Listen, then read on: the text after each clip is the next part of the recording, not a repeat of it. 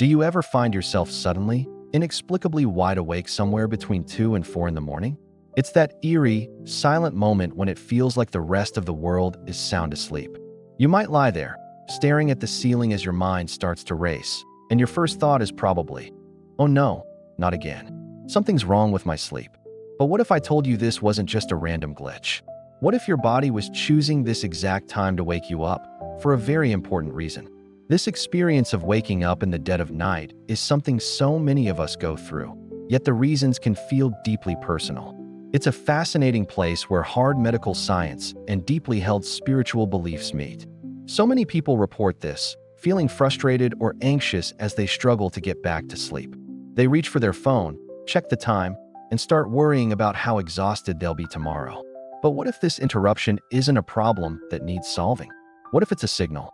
A quiet invitation to listen to something deeper within you. Today, we're going to explore what your body might be trying to tell you when it nudges you awake in the stillness of the night. We'll look at why this specific window of time is so significant, and what you can do to turn this moment of broken sleep into a powerful opportunity for insight and connection. To really get what's happening, we need to look at it from two different angles that are actually connected: the physical and the spiritual. Your body is an incredibly complex system, and these awakenings are often tied to very real things happening inside you.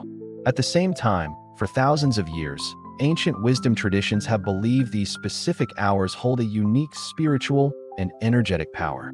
Let's start with the science. One of the main culprits for these early morning wake-up calls is a hormone you've probably heard of: cortisol.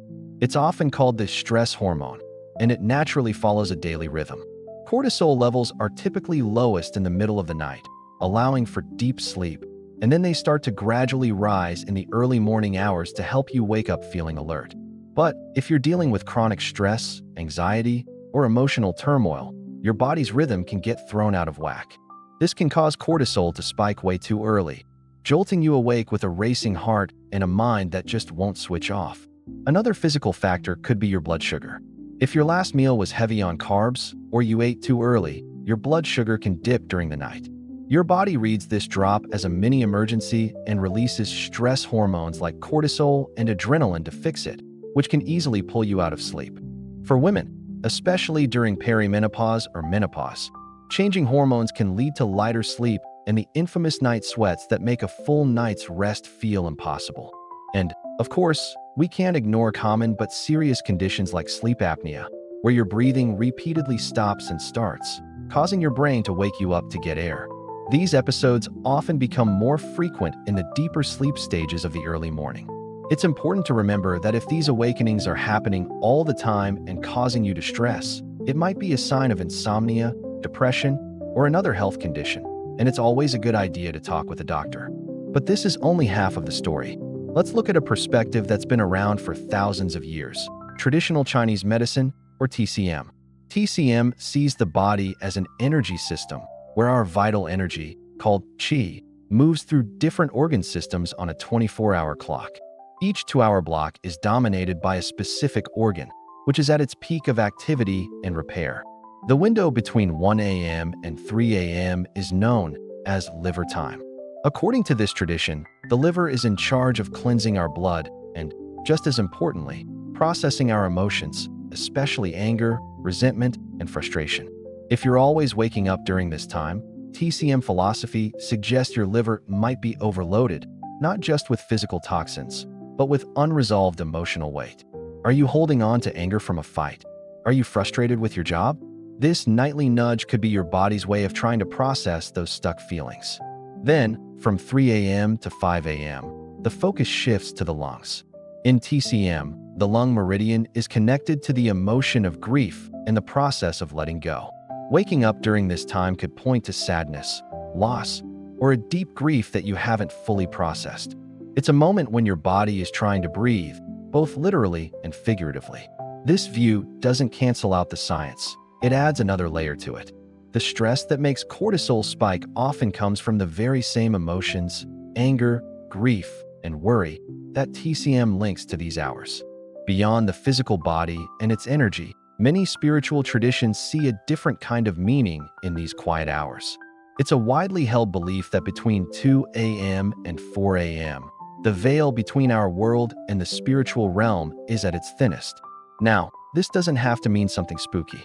Think of it more as a time of heightened intuition and clarity. The noise of the day, the notifications, the to-do lists, the constant chatter in your head has finally faded. In that profound stillness, you are more open to the subtle whispers of your higher self, your gut feelings, or what some people call divine guidance. Think of it like this. Your soul is always trying to communicate with you, sending you insights, creative solutions, and guidance. But it's hard to hear that quiet voice over the roar of daily life. So, it picks a time when you're most receptive, most relaxed, and least distracted. This nightly awakening isn't an interruption, it's an appointment, a sacred pause, inviting you to check in with yourself on a much deeper level. So many of us rush through our days without ever stopping to ask what our inner self needs or is trying to tell us. This moment, in the middle of the night, is a gift. It's a space carved out just for you, to listen, to feel, and to connect with the very core of your being. It's a call to find stillness in a world that never stops moving. So, what do you actually do the next time you find your eyes open at 3 a.m.? The most important rule is don't fight it. Don't immediately panic and label it insomnia. And please, don't grab your phone and blast your brain with blue light and stressful news. Fighting it just creates more anxiety, which is exactly what keeps you awake. Instead, try to see it for what it could be, an invitation. Reframe it from a problem to a practice. Here are 3 simple things you can do to turn this moment into a meaningful ritual. First, just be still and breathe. You don't even have to get out of bed. Just gently shift your position, maybe propping yourself up on your pillows, and bring all of your attention to your breath. Feel the cool air coming in through your nose, filling your lungs, and the gentle release as you exhale. Don't try to force it, just notice it. This simple act of mindful breathing does 2 things. Physically, it helps calm your nervous system, slowing a racing heart and telling your body it's safe. Spiritually, it quiets the mental chatter and creates an inner space where you can simply be. This stillness is the foundation for everything else. Second, ask a gentle question. Once you feel a bit calmer, gently ask yourself something open-ended. You could try, what needs my attention right now? Or what message is here for me? The key is to ask without demanding an answer. The answer might not come in words.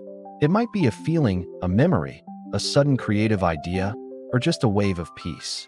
Keep a journal by your bed. In the dark, just scribble down whatever comes up without judging it.